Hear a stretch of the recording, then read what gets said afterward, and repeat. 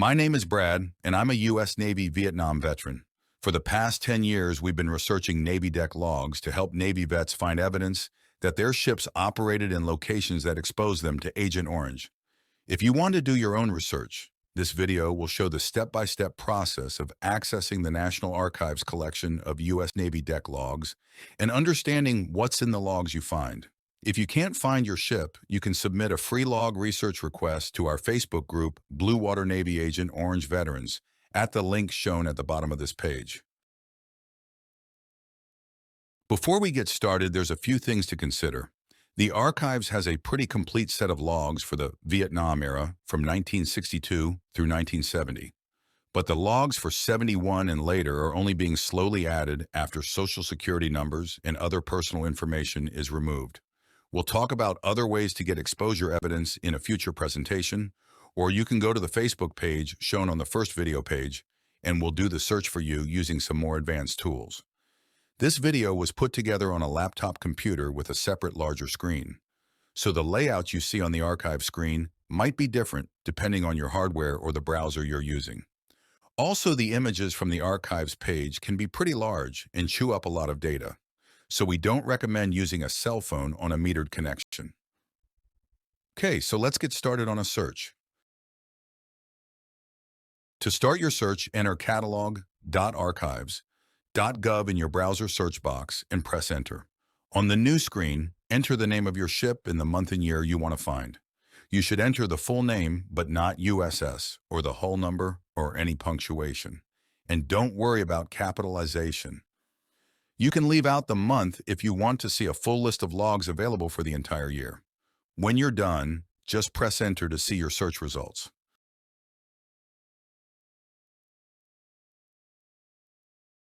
This screen shows your search results. If the search included both the month and the year, that should be the first entry on the screen. If it isn't, then scroll down the page to see if you can find it. If it's not there, look at the top of the screen and check the spelling of the ship name. You can correct it by just retyping in the box on this screen and then press enter. If that still doesn't get you to what you're looking for, then the log probably hasn't been digitized yet, and you'll have to use an alternate method that we'll discuss in a future video. If the log you're looking for is displayed, then just click on the title to get to the next screen. This screen will show the first page of the monthly log. The format might vary depending on the year it was originally written, but the content's pretty much the same. While you can view the rest of the log pages online, there are lots of unnecessary steps to go through to review all of the 60 to 100 daily pages. Instead, we recommend downloading the entire log as a PDF file for offline viewing. To download, scroll down to just below the page image and click the blue link in the Files Available for Download section, and save the file to a location you can find later. If you want to go back and download additional months, scroll back to the top of the screen and edit the entry in the search box and press enter. Then repeat the previous steps. Once you've downloaded the file, double-click it to open in the PDF file viewer you have on your system.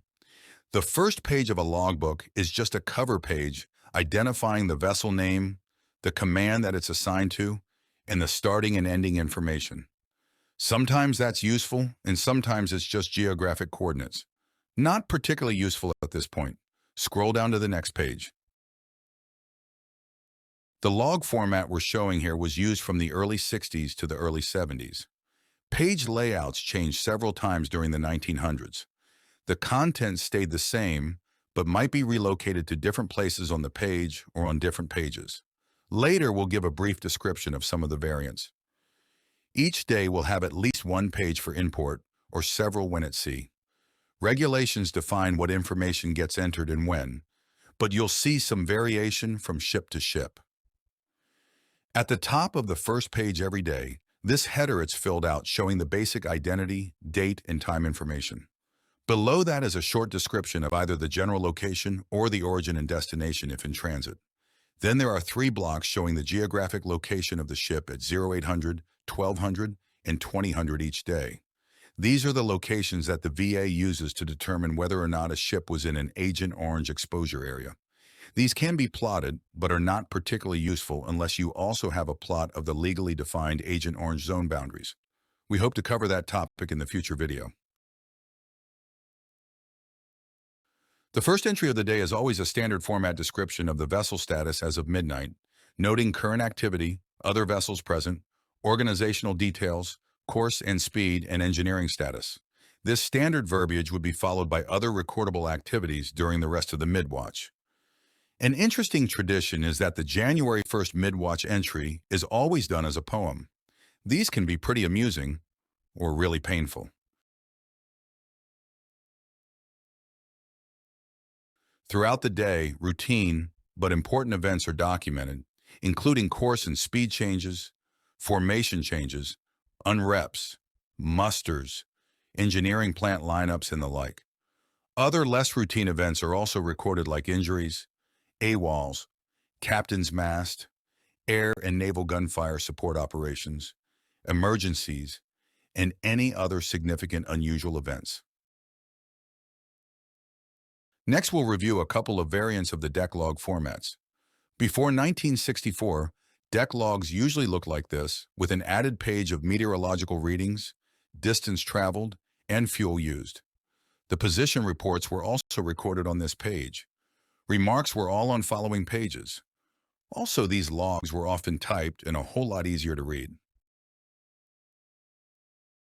Starting in the early 70s, logs transitioned to this new expanded format. The biggest change was using a single line for each event time. These logs have a lot more pages per month and more details about activity throughout the ship.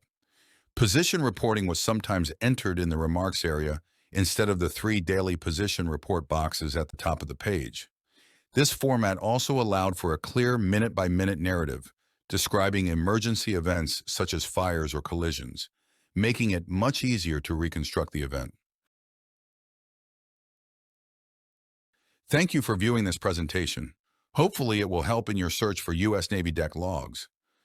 If you are a Blue Water Navy Vietnam veteran and need additional help locating a log that will prove your exposure to Agent Orange, we urge you to visit the Facebook group Blue Water Navy Agent Orange Veterans at the link shown on this screen. We have the largest available database of over 190,000 documented Agent Orange exposed vessel dates and times. And when available, we'll provide free log pages or other official documentation to support your ship's exposure.